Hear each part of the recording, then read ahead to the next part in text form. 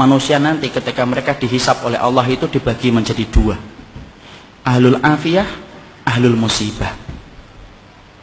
Ahlul afiyah itu siapa? Orang yang jarang diuji dengan sakit, orang yang jarang mendapatkan ujian dalam kehidupan, jarang mendapatkan kesempitan. Namanya apa? Ahlul afiyah. Ada yang kedua, ahlul musibah.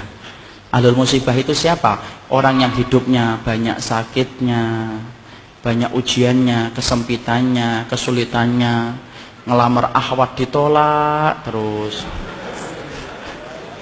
Contoh, jangan sensitif yang sering ditolak, ya. Itu namanya ahlul musibah. Ya. Ketika mereka dihisab oleh Allah Subhanahu wa taala, dihisab oleh Allah Subhanahu wa taala, Allah kemudian menyampaikan bagi dua, ahlul afiyah dengan ahlul musibah. Kemudian Allah berfirman, "Uhsub." Hisab itu ahlul afiyah, ahlul musibah dulu. Ahlul musibah kemudian dihisab oleh Allah lebih dulu. Para malaikat menghitung satu persatu perbuatannya dan menghitung bagaimana ujian yang dia rasakan dalam hidup ketika bersabar. Kemudian para malaikat setelah mendapati semuanya selesai, mereka lapor sama Allah, "Ya Allah, ahlul musibah tidak tersisa dari dosanya kecuali sedikit, dan mereka mendapatkan pahala yang besar karena mereka bersabar atas segala musibah yang Kau berikan dalam kehidupan di dunia." Antum tahu? Allah kemudian berfirman, "U'tuhum salasan." Kasih mereka tiga perkara: khairan, manzilah, dan afiyah. Khairan, beri mereka kebaikan. Kebaikan kalau di akhirat apa? Surga. Beri mereka yang kedua, manzilah. Manzilah itu apa? Tempat yang paling tinggi di surga. Tempat itu tidak bisa diperoleh dengan sholat. Tempat itu tidak bisa diperoleh dengan sedekah. Tempat itu tidak bisa diperoleh dengan haji dan umrah. Tempat itu hanya bisa diperoleh bagi orang yang mereka diuji oleh Allah dalam hidupnya dan dia bersabar. Dan yang ketiga, afiyah. Kasih mereka kekuatan untuk menggantikan kekuatan yang aku ambil ketika aku menimpakan musibah kepada mereka. Maka ketika mereka dinaikkan ke tempat yang tinggi, ahlul afiyah, sebelum dihisab mereka mendongakkan kepala begini, saking tingginya mereka. Dan ketika mereka melihat kedudukan ahlul musibah semacam itu, mereka sebelum dihisab berkata kepada Allah, "Ya Allah, kalau kami ngerti di balik setiap ujian seberat ini Engkau mengganti setiap kesulitan mereka, tolong ya Allah hidupkan kami lagi, lalu kasih kami ujian, potong-potong daging kami, daging-daging yang kecil, kami sabar untuk merasakan itu sampai mati, supaya kami mendapatkan tiga yang Kau janjikan kepada ahlul musibah saudara-saudara kami." Nanti sabar. Orang akhi, kalau semuanya digampangkan untuk kita, justru kita bingung dari mana kita mendapatkan pahala kesabaran. Saya pernah belajar kesabaran dari ibu saya. Maaf, saya tidak bermaksud mensucikan siapapun di hadapan Allah. Saya punya seorang ibu dengan dua tanggungan berat selama seumur hidupnya beliau. Kakak pertama saya Down syndrome, cacat mental. Kakak yang kedua saya Down syndrome, cacat mental. Tingkat yang keempat, paling parah. Makan harus disediakan, mandi harus dimandikan, berpakaian harus dipakaiankan. Dan itu dilakukan oleh beliau seumur hidupnya sampai beliau meninggal dunia di hari Senin. Ahadnya sore masih memandikan kakak saya. Malamnya beliau terkena serangan jantung, meninggal dunia di tengah malam.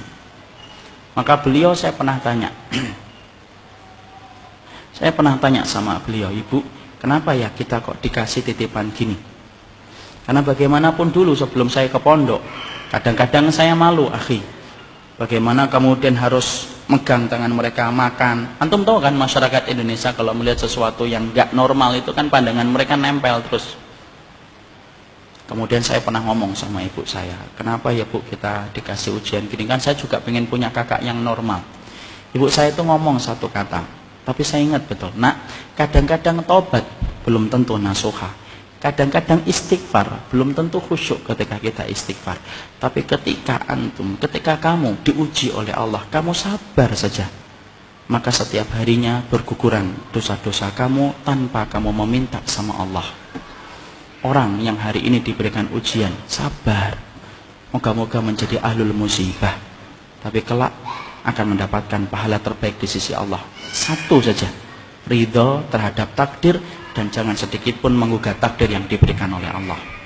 Semoga Allah, siapapun akhi, antum apabila punya anak autis, ada yang Down syndrome, maaf ya, jangan merasa malu Saya sampaikan jangan merasa malu.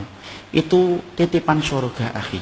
Imam Ibnu Taimiyah itu berkata, siapapun anak keturunan kita yang dia gila dalam tanda kutip, Down syndrome kalau bahasa kita, dari lahir sebelum dia balik, maka kelak ketika dia di akhirat tidak dihisap atas sholat, tidak dihisap atas puasa, tidak dihisap atas haji dan umrahnya, tapi dia dihisap dengan satu pertanyaan sederhana, ata'rifuni, kamu kenal saya atau tidak, kata Allah. Dan kalau mereka kenal, mereka semuanya akan mengatakan, kenal engkau adalah engkau pencipta ya Allah. Maka Allah masukkan mereka ke surga tanpa hisap. Jadi pada dasarnya siapapun hari ini yang dititipi dengan amanah yang berat ini, pastikan itu tabungan bapak, itu tabungan ibu, itu kakak antum di surga, itu adik antum di surga. Jangan menyanyiakan. Mereka hanya sebentar di dunia merasakan sakit, tapi balasannya kontan di akhiratnya. Jangan nistakan mereka, jangan dibentak-bentak, jangan kemudian antum nistakan. Mereka juga kalau mau milih, mereka juga nggak akan mau mendapatkan perlakuan yang semacam itu. Tapi hidup itu kan bukan pilihan, akhi. Hidup itu bukan pilihan. Mereka kalau milih juga nggak mau menjadi Down syndrome.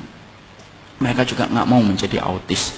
Itu titipan sama Allah. Tolong jangan merasa malu sampai antum taruh dia di kamar ketika tamu datang supaya tamu antum tidak melihat mereka. Kok gitu sama penduduk surga yang dititipkan? Allah nitipkan itu kepada kita karena Allah tahu kita mampu. Buktikan kalau kita mampu, kalau kita mendapatkan titipan itu. Makanya saya pernah nangis, akhi, ketika pada waktu kelas 3 SMP, ibu saya sedang nyisir kakak saya. Nyisirin habis mandiin, disisirin gitu. Ibu saya itu bilang komentar kepada kakak saya.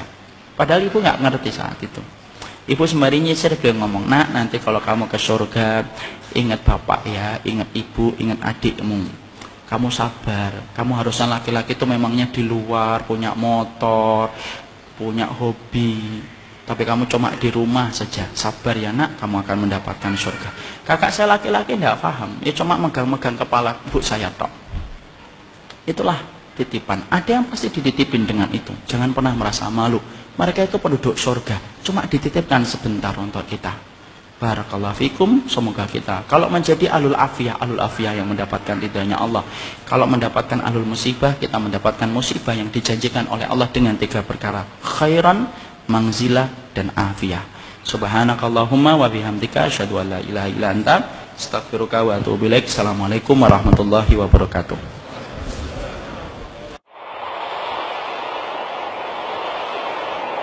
Ammar TV.